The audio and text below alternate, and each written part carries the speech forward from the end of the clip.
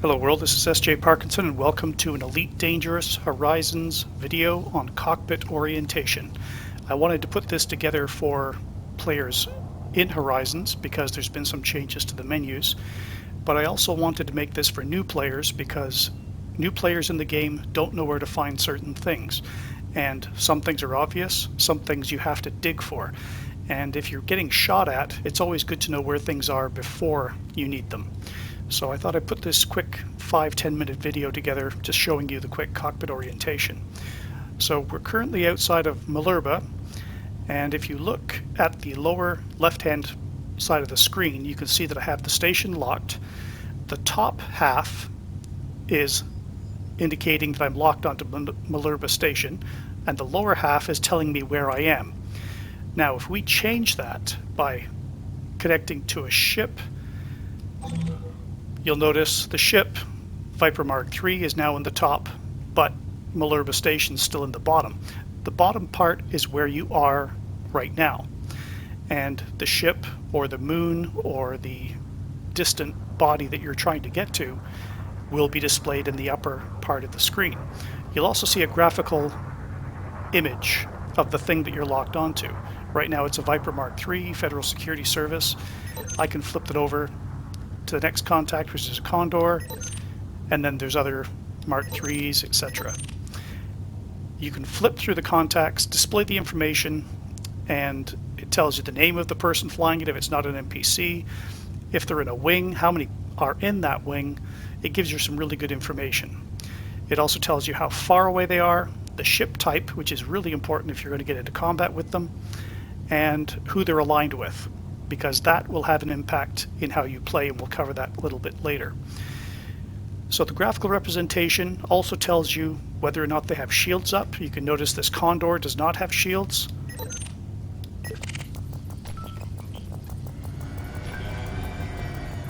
The Cobra Mark III does, and that's indicated by the 3 rings on the outside. If you're shooting at them, the rings will go down to 2, then 1, and then nothing when their shields drop. If they don't have any shields, like the station for example, which is shieldless, or one of the security ships, it'll appear with no rings, and that indicates there's no shields. If you shoot at him, you'll do direct hull damage.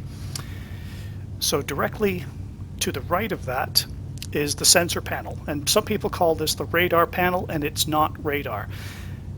Elite works on heat, not radar. These ships are visible because they are letting off heat, and you are picking up that heat and locating them. The only effective way to stop people from targeting you, except for chaff, is to turn off your heat, and that's called silent running. It's a bit of a misnomer because there's no actual sound involved, but if you reduce the amount of heat that you're putting out of your ship, then you drop off their sensors. And that's really effective to break target lock if someone is shooting at you, or smuggling, or just trying to get somewhere without being noticed. And it will show that in a little bit. So you can see on the screen the contacts. It's a logarithmic scale, so the further they are away, like it's not 10, 20, 30, 40, 50 kilometer ranges. If they're in close, they're really close, and if they're on the edges, then they're really far away. And that will work in Super Cruise and real space similarly, and I'll show you how to change that. You'll notice there's a 27% heat that's coming off my ship. That's what I'm radiating out into space right now. If I fire weapons, if I boost, if I do various other things in the game, that heat will go up or down accordingly. You can also use heat sinks, which will bring your heat down dramatically by dumping all the current heat you have in your system and dropping it into a heat sink and injecting it overboard. So that's a really fast way of reducing your heat load. To the right of the sensors is the throttle, and your throttle is how fast you go forward or backward. Now you'll notice there's a blue zone. If you put your throttle in the middle of the blue zone, that puts your ship in the most maneuverable state that you can have. Like right now, you'll notice if I pitch up, it's relatively slow.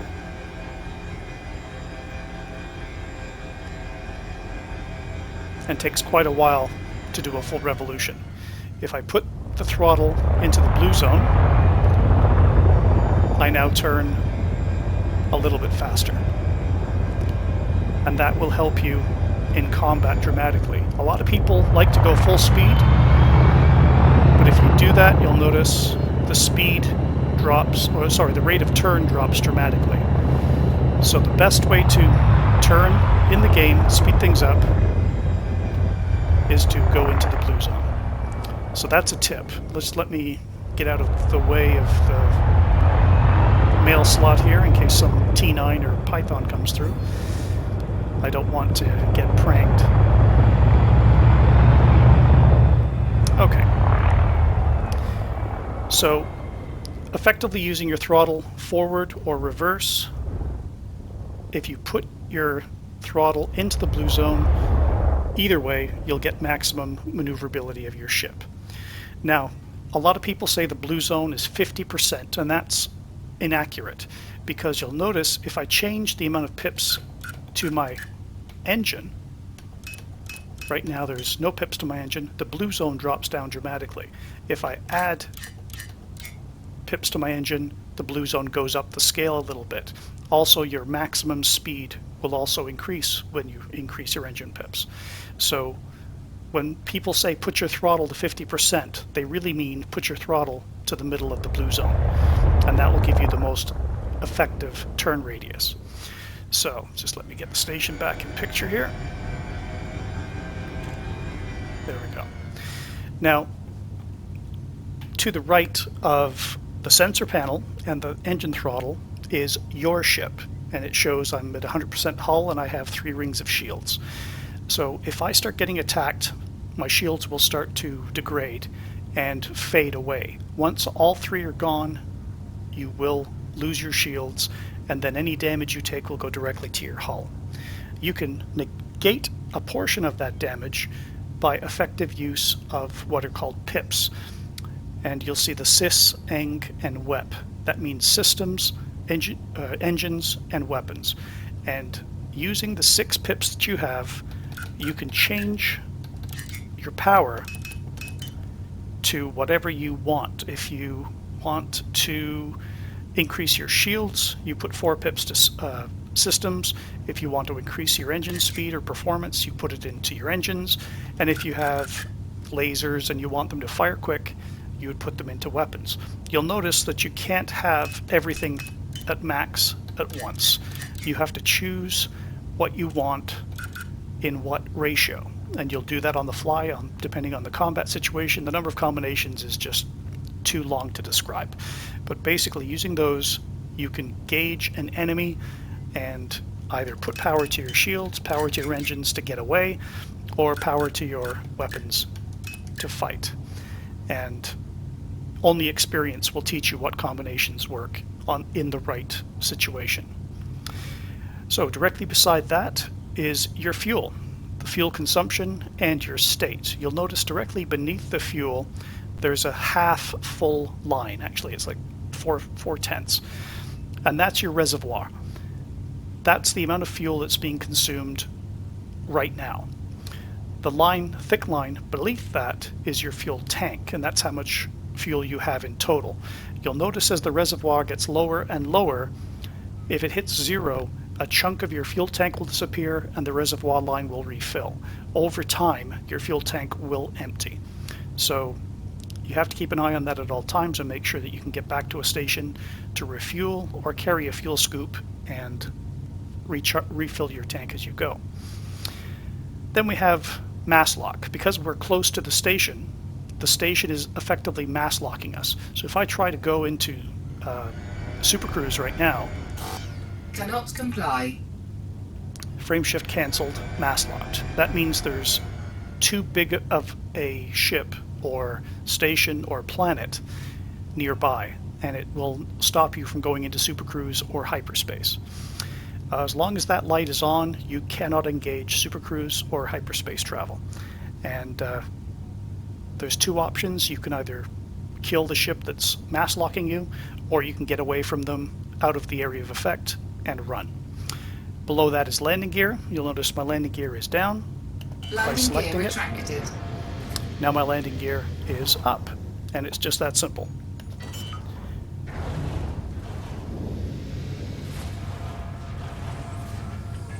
Landing gear deployed. Landing gear deployed. Landing gear retracted. Landing gear up. So it's an indicator, a real quick visual indicator of whether your gear is up or down.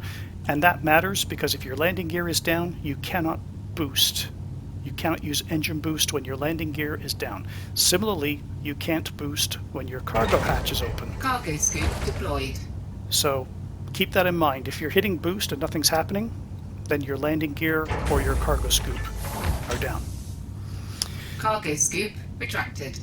So now we're going to take our attention to the side panel. This is where you're going to get a lot of the information in the game, and this is also where you configure your ship.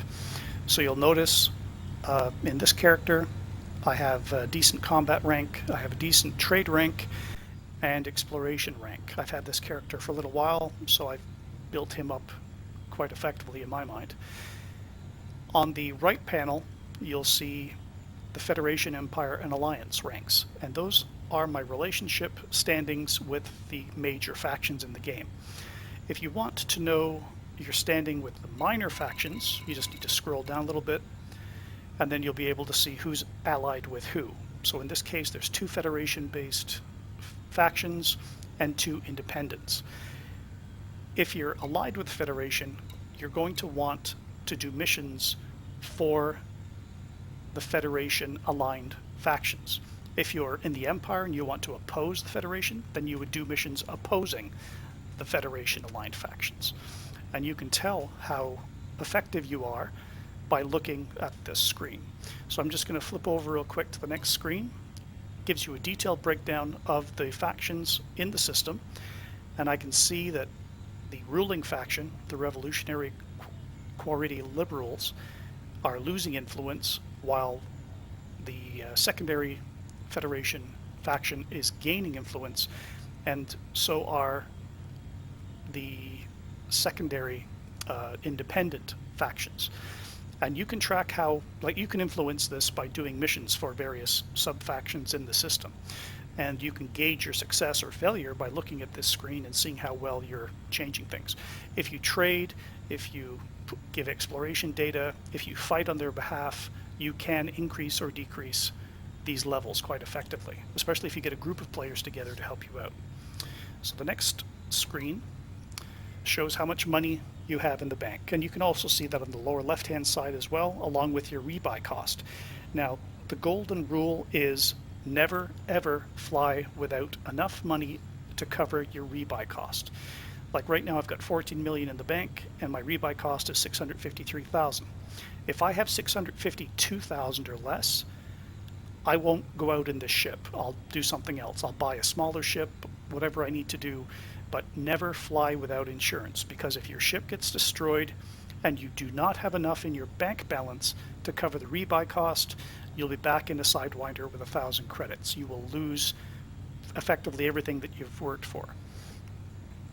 So this will also tell you what rate of insurance you have. Currently it's 95% for me.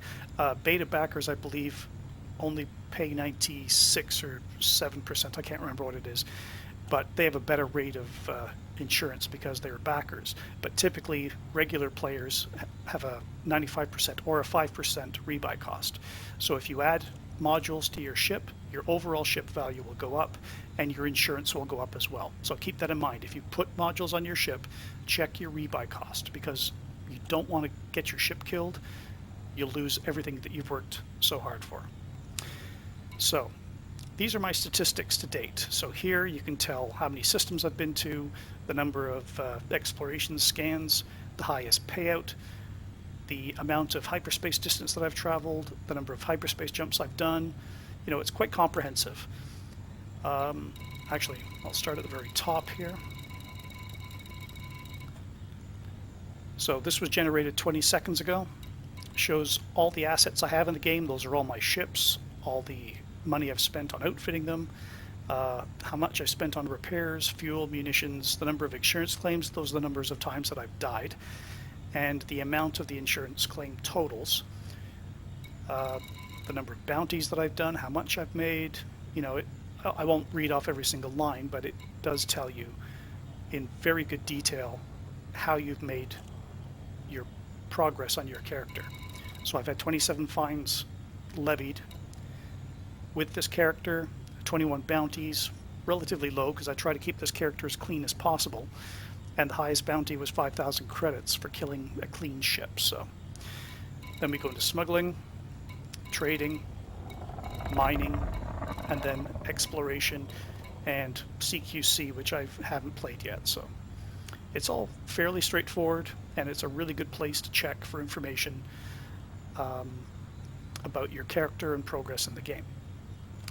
The next screen are the permits, and these are the permits that I've gained with my affiliation with the Empire, which is Achenar, and Sol, which is Federation. So currently I'm a Baron with the Empire, and I'm trying to increase my rank with the Federation to get a Federal Assault ship. And this tells me that because of those actions, I have permits for Sol and Achenar. I'm not sure what Summerland is. I picked it up doing a mission or something. I've never been there. So that's the reputation page. The next one is modules. Now, this is a critical page to learn how to use early on. Effectively, you only have so much power in your ship. You'll see at the bottom, I currently have 100% output with 91% usage. Now, as you build up your ships, you're going to find that the amount of power you need is going to go up over 100%. And if you turn on your weapons, you're going to have your shields shut down, you're going to have your weapons turn off, you're going to have all sorts of systems just shut down because there's not enough power to run everything. So by using the priority tab here, I can set the priority of every subsystem on my ship. Now, in the old days, when you had your power distributor shot out, when it went to 0%, your ship exploded. It no longer works that way. If you get your power distributor shot down to 0%, your power output goes to 50% of whatever your power plant is rated at. So what I've done is, if it's a priority 1, that's what I need to get away. That's my thrusters, that's my sensors to detect enemies and tell me where they are. The power distributor, obviously, I mean, I need power to get away. Life support, that can be a 2, basically because I have a 25-minute life support package. So even if I lose life support, I still have 25 minutes to get back to a station, which is a long time. The cargo hatch is a 5 because I don't need that in combat. The pulse lasers are 2s. So basically what I need to get away is a 1. What I need to fight is a 2. Anything less than that is stuff that I can turn off that I don't need. That would be stuff like cargo hatch, could be a kill warrant scanner if you wanted to turn that off. The planetary vehicle hangar can go down to a lower value because I don't need that in combat. I do need the chaff launcher to get away to confuse enemy targeting, etc. And you would determine this based on your own needs. Now, again, 1 is what I need to get away, to run. If I've got my shields down, I'm taking hull damage, I've got multiple people after me, I need to get away, so I need power to my thrusters, and I need power to my frame shift drive. Your mileage may vary, you can change things as you see fit, but that's my logic for what it's worth. Couple of things, you cannot change priority on your power plant, cockpit canopy, and your advanced discovery scanner. The cockpit canopy is there for explorers, basically. If you're out in the middle of nowhere, you can look and take a look at what your canopy is at and make a decision whether you need to turn around. So it's there as a reference and was just added as of Horizons. And as I do explore, that's an excellent feature to have. The next tab is fire groups. Now, fire groups are where you set up which buttons will fire your weapons or subsystems. So in this, I have one fire group set up with, if I hit my first fire button on my joystick, all my pulse lasers will fire. If I hit the second button, the advanced discovery button, or advanced discovery scanner will go off. On the second group, Again, my pulse lasers are on the primary fire. The secondary fire sets off my kill warrant scanner. Now you'll notice I also have a chaff launcher here that is unbound to any fire button. That's because I have it hotkeyed to a button on my joystick. So I don't need to have that bound. And there's different ways to do it. You can have multiple fire groups, as many as you need. You can pick and choose to your heart's desire. I won't spend more time on that. So, inventory. Basically your ship's cargo. I've got 24 tons of cargo capacity. I have nothing on board at the moment. But if I did, it would be listed here. You can also set your cargo filters to list or not list anything as you see fit. If you only want to see your illegal goods, if you want to see your power play stuff, if you want to see stolen goods, you can just set the filter individually. I keep everything visible, and as I say, I've got nothing in there at the moment. So now materials are what you collect when you go down onto a planet surface and with your SRV. So these are the materials that I've collected so far. If I select one, it tells you what that element is used in. So manganese is used in plasma munitions, AFM refill, SRV ammo restock, etc. And that will tell you what you need to collect if you want a certain action to take place. So, I'm sorry, if you come down to synthesis, this will tell you the different things that you can create, in effect. So if you come in here, it'll tell you if you want a 100% bonus, you need arsenic, niobium, yttrium, and polonium. So the standard mix would only give you 50%, and then the basic mix will only give you 25%. So you can pick and choose what you need, and it will tell you the items and minerals that you need to collect. And then the last is functions. Now this top one, faction, is one of the biggest stumbling blocks in the game. If you go into a combat zone, you need to pick one side or the other before you can earn combat bonds. And that's where you would select your faction here. So you need to click on that. I'm clicking on it now, but of course I'm not in a combat zone, nothing's going to happen. But that is where you select your faction. As soon as you select your faction, one side will turn green, they're allied, the other side will turn red, they're enemies. And you'll be able to start the combat zone off correctly. The next one down, landing gear, up and down. Again, very simple. It just tells you whether your landing gear is up or down. Cargo scoop, same thing. Cargo scoop lowered, deployed. Cargo scoop raised. Cargo scoop retracted.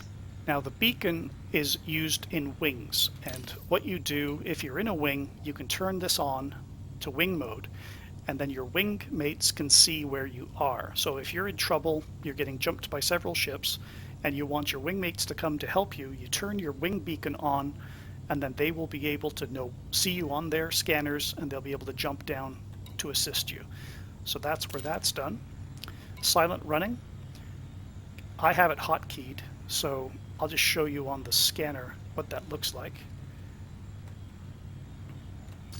So on the extreme right-hand side of the screen above the fuel, you'll see that little jittery dancing line. It looks like an old oscilloscope. That's the amount of heat that I'm putting out. Roughly it's 27%. So that's telling you that you're putting out a little bit of heat. If I turn on silent running, flight assist off. Oops. Flight assist on. If I turn on silent running, Silent running. what happens is Shields offline. your shields turn offline, some systems will turn off, and you're no longer radiating heat. But you'll look at the temperature gauge on the sensor panel, it's 44%, 46%, it's slowly going up. And it will go up until it starts damaging your systems. So you have to have heat sinks installed to vent the heat or turn the silent running off. Restored. And you'll notice how big the heat bar is now. And as the temperature goes down, it gets smaller and smaller and smaller. So the more activity on that line, the more heat the hotter your ship is effectively. So I'm going to put my pips into shields, get those back online as we go back to where we were over here. So external lights, fairly straightforward. Lights on, lights off. Flight assist is what I just turned on by accident, and I showed you how you could turn rapidly by putting your ship into the blue zone. Flight assist off will also make that go faster, but flight assist off isn't for beginner pilots. You have to know what you're doing to use flight assist off, and we're not going to cover that in this video. It's a topic in and of itself. Rotational correction, you'll notice the station here is rotating. By turning on rotational correction, once you're inside the station, your ship will match the rotational speed of the station itself, and that way you don't have to fight to get down onto a landing pad, because the landing pad will turn underneath you. And some advanced pilots do turn it off, but I'm not an advanced pilot, so I keep it on. Turret weapon mode, I have no turret weapons installed, but that's where you would change the mode. Pre-flight checks, that's the checklist that comes up when you start a new character. It only comes up once unless you select on, in which case it will come up every time you take off. I have it turned off. I'm just going to scroll down a bit. This one's important. Report crimes against me. I currently have that off, and the reason I do is I sometimes do piracy missions, I sometimes do assassination missions, and if somebody attacks me, because I'm a clean ship, because I have no criminal record, if somebody shoots at me, security will immediately be notified. This turns off the security notification, so security ships won't show up if I'm doing something nefarious and try to interfere or attack me. Orbit lines. If you look around the system in Super Cruise, you'll see orbit lines, and that's the path that a planet or moon takes, or a station sometimes. And you can turn that off using this function right here. I like it on because I like to see the planet paths so I can avoid them or go to them as I see fit. The next one is interface brightness. Very simple. Increase it, the interface gets brighter. Decrease it, the interface gets darker. If you're out in the middle of nowhere and it's very dark, you can lower the brightness down and it makes the stars stand out even better. I just normally keep it mid-range when I'm just bopping around core space. The gun sight mode has two different modes. One is trailing, which means that the bullets will trail behind where you're aiming, and then there's leading, which means you're aiming where the bullets are being fired ahead of the target. I prefer trailing. Sensor scale. Okay, I told you earlier that the sensor scale is logarithmic, as you can see. Targets are quite far away. We're going to change that to linear, and you'll notice how the position of those contacts has changed. I'll just change it back, as you can see. So I prefer the logarithmic. If the contact is really far away, it'll be on the outer edge of your sensor. If it's really close in, it'll be very close to the inside of your sensor panel. Reboot repair is fairly straightforward. If you ever get your thrusters shot out, if your thrusters right here ever go from 100% down to 0%, you'll no longer be able to go forward. Your ship will be dead in space, and that's not good if people are shooting at you. So what you can do is you can reboot and repair, and that will give you a few percentage points back on your thrusters at the expense of other ship components. So if your, your life support, cargo hatch, pulse laser, if they're at 100%, if you do a reboot repair, they'll be knocked down a couple of points, 97%, 96%, but your thrusters will go up to 1 or 2%, just enough to get you to a station to get repairs. Now, once you've used reboot repair, you best be on your way out of the conflict, and that's the time to run, because you don't want to be dead in space, and this takes a long time if you're in combat, roughly about 20 to 30 seconds to reboot and repair all the systems. So just be aware, it takes a while, and if you're under fire, you may not have a lot of time. And the last one is self-destruct. I'm not going to sticker on that one because I don't want to hit the wrong key automatically.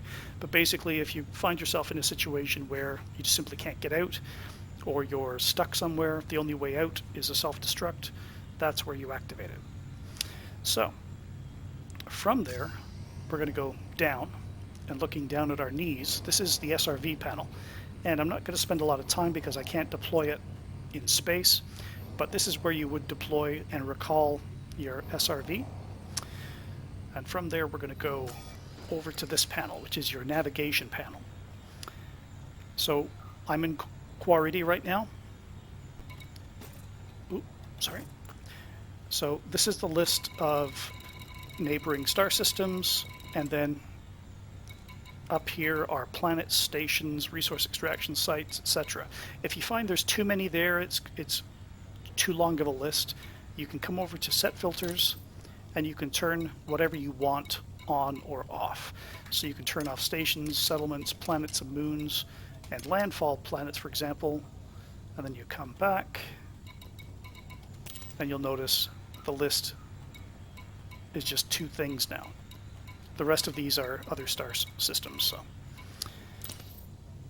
the only thing I like to turn off are asteroids because they're not really worth anything. And now everything's back. So to lock onto a system, let's say we want to go to Rusa Hub, we can just select it with my spacebar, and then just lock station. And you'll notice on the side panel here, it tells us that we have Rusa Hub selected, and we're currently at Minerva Station, tells us 58 light seconds away. So to deselect, select it again, and just unlock. You can also lock in Super Cruise, which will engage the nav lock and put you into Super Cruise right away. I don't use that a lot, but some people do. So Transactions tab. Oh, sorry, there's also shortcuts for the galaxy map and the system map. But again, I'm not going to go into too much detail simply because each one of those is a topic in and of itself. So this shows you where I am, and this is Rusa Hub over here. So that little cone tells you where you're going. All right, let's go back to the side panel. And then there's the Galactic Powers panel, which is Galnet and Power Play. And I haven't pledged to a power, so that's not active for me. Transactions, fairly straightforward. If you have a bounty that you've collected, it'll appear here. If you have a bounty against you that's on your head, then it will also appear here. I just have to go to these different locations and pick up these bounties. If you die, all of these will disappear. So don't die. Then we have contacts. So you can tell that we have a Type 7 transporter, and then the rest are federal security services of various types. Now, if you lock on to one of these ships, you can see what percentage hull they have left, the percentage shield that they have, their rank, which tells you how tough of an opponent they are, and again, ship type and who they're aligned with. If you want to be in the good books of the revolutionary Quarity liberals, don't go shooting down their ships, because that will directly affect your influence with that subfaction. And then if I choose something like this Type 7 transporter, he has no shield, and he's 3.75 kilometers away. He's probably docked. Yeah, he's just coming out of the station. But if I go to sub-targets, I can see what equipment he has on his ship, their health, and whether or not they're turned on. So, for example, if you want to target his power distributor or power plant or whatever you want, cargo hatch if you're doing piracy, this is where you would do it. And then when he comes out, hopefully, you'll notice that little red square. That's his the subsystem that you selected, indicated on the screen. Now, obviously, I'm not going to shoot him because that station would kill me in a couple of seconds, but that is how you would target subsystems. And you can see that he has no shields from the graphic interface we covered earlier. Now, as a transport, he's probably carrying cargo. If I had a cargo scanner, I could scan him, and this is where that information would appear, and it would tell me what he was carrying and how much. So if before you pirate him, you could scan him, and if you're after gold and he's carrying bio waste, you can just go find somebody else. So that's basically it. That's a quick overview of the cockpit orientation. There are a few more, like the chat window, etc., but I'm not going to cover those today. They're fairly straightforward, and if you just spend 5 minutes playing around with it, you can probably pick it up fairly quickly. So I hope you enjoyed this video. If you did, please like it and subscribe for more. Hope you guys have a great gaming experience, and I'll see you in the Black Commander.